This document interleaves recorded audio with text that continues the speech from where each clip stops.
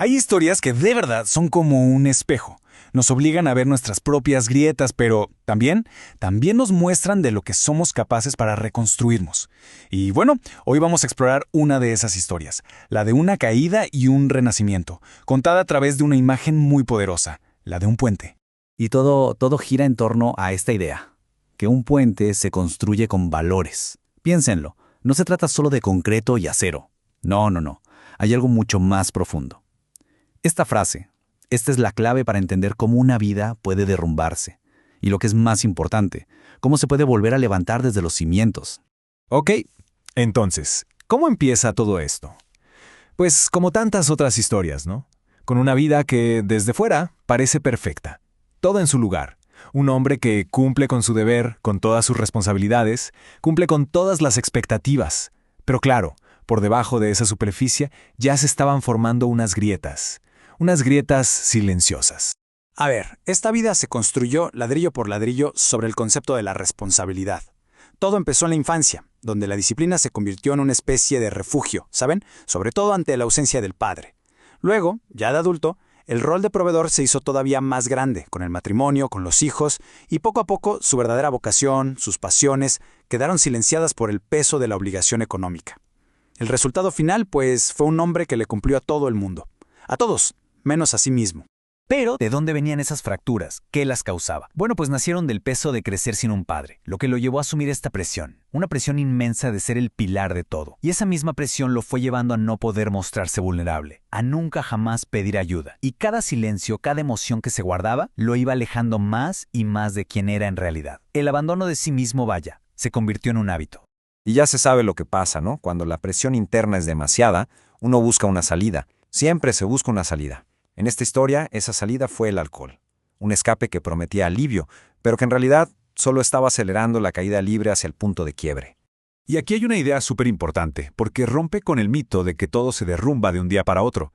El quiebre, nos dice el autor, no empieza cuando tocas fondo. No, empieza mucho antes. Empieza en el momento en que dejas de escucharte. O sea, que tocar fondo no fue el principio del problema, fue la consecuencia. La consecuencia inevitable de haberse perdido a sí mismo en el camino. Y esa caída, ese descenso, fue gradual. Casi ni te das cuenta. Lo que empezó como algo social, ¿no? Una copa en las reuniones, en las fiestas, poco a poco se fue transformando en un escape emocional para lidiar con el estrés del día a día. Y al final, se convirtió en una anestesia necesaria para adormecer el dolor, la culpa y esa sensación tan profunda de estar completamente perdido. Y justo ahí, en el fondo, llega el momento que lo cambia absolutamente todo. Y lo curioso es que no vino de adentro, no. Vino de la gente que lo quería, de los que se atrevieron a ponerle enfrente una verdad que él ya no podía ver. Una simple frase, 2 palabras, necesitas ayuda. Tan simples, tan devastadoras, pero al final fueron las que le salvaron la vida. A partir de ese momento, de esa intervención, arranca la parte más difícil, ¿sí? Pero también la más transformadora de toda esta historia. El viaje de regreso. Un viaje hacia adentro, hacia uno mismo, a través de la rehabilitación y el autodescubrimiento. Y bueno, este proceso fue, como una reconfiguración total del sistema operativo interno. Donde antes había culpa, ahora había responsabilidad. El impulso de huir, de escapar, se convirtió en el valor de mirar hacia adentro, la introspección. Lo que se veía como debilidad se reveló como vulnerabilidad. Y eso es una fuente de fortaleza enorme. La negación, por fin, le dio paso a la aceptación. Y donde solo había anestesia, ahora había claridad. Una claridad nueva y sí, a veces dolorosa. Dentro de este viaje, encontró una herramienta clave, a la que llama el mapa interno. Y ojo, no es nada místico ni esotérico, Es más bien un análisis psicológico muy profundo. La idea es conectar todos los puntos de la vida que parecen no tener relación, los dolores, los talentos, hasta las contradicciones, para encontrar ese hilo conductor, ese propósito que siempre estuvo ahí, debajo de todo. Y la pregunta es, ¿qué fue lo que reveló este mapa? Pues varias cosas. Primero, una tendencia de toda la vida a cargar con el peso de los demás. Segundo, una vocación profundísima de servicio y de enseñar, una vocación que había ignorado por años. También un impulso natural a ser mediador, a unir, a reconciliar. Y finalmente, el gran tema de su existencia. Su misión era ser precisamente un puente. Pero, claro, esta revelación tan personal fue solo el principio. A partir de aquí, la metáfora del puente crece, se expande. Ya no es solo un símbolo de reconstrucción interna, personal, sino que se convierte en un plan de acción para toda la comunidad. Y esta frase lo resume todo. Tu vida siempre ha tenido un propósito, solo te faltaba recordarlo. Fíjense qué potente.